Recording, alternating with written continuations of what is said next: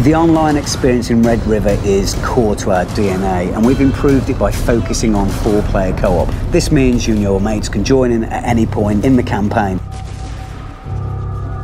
We have a really nice kind of lobby widget which allows you to very quickly build a fire team from your friends. If you're playing the campaign and one of your friends suddenly comes online, you can jump in straight away and join you. We've really tried to cover as much as possible just to let players do whatever they want to do. It means that the game experience is just so much more streamlined now when you're playing it online. Red River will have join in progress implemented. It's a big thing for us. You know, we can't go out into the marketplace nowadays without having something where you can join in at any time with your buddies and play the game and basically kick some ass. So while the host is customising the game, the guys can be joining it, he can kick the game off, the guys can join in halfway through. So the whole game is built around this co-op experience and just making the game experience as slick and smooth as possible. The entire campaign is playable in both co-op and single player. You can have variations, you can play it with 1 or 2 of your friends with AI filling in the other slots. This means that you can play the whole experience in a completely different way if you pull your friends in. We hope that you're going to be doing that all the way through because that's definitely the best way to play this game. We've also got 4 distinct co-op game modes. We have Last Stand, which is essentially a defensive game mode where you have to hold a position against increasing waves of enemies. We have a Convoy Escort mode, which is moving with a convoy, clearing the route ahead, etc. In addition to that, we also have a Combat Search and Rescue.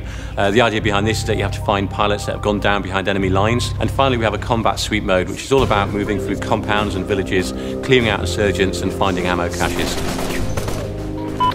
What we wanted to emphasise with the FTE modes though is score this time, so there is a high score that you've got to try and improve on. There's an optimal strategy that you can try to apply, but there's always going to be ways to tune that and improve it and add to your score. You're going to be scoring points not just for completing objectives, but for how you kill the enemies, how you keep your fire team alive. All of these different ways of combining together to make a high score are going to allow players to keep playing the game for months and months and months. We haven't just reused the campaign area for our fire team engagements. What we've done is create a bespoke area in the southeast of our map. It's based on a real location in Tajikistan where we've pulled loads of reference material from. But each of these map locations is built around the type of gameplay you're going to have in each of those game modes. We've essentially re-engineered and re-architected all of our tech and gameplay around co-op. So that gives you an idea of how seriously we take it.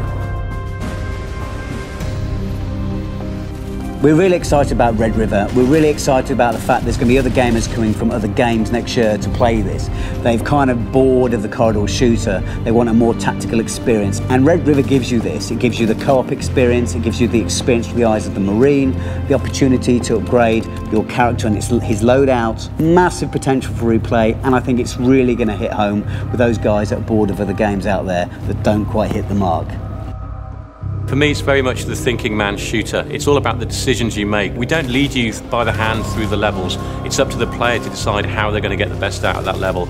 It's all about co-op, it's all about team play, it's all about communication and giving the players the tools and the options that they need to have an awful lot of fun.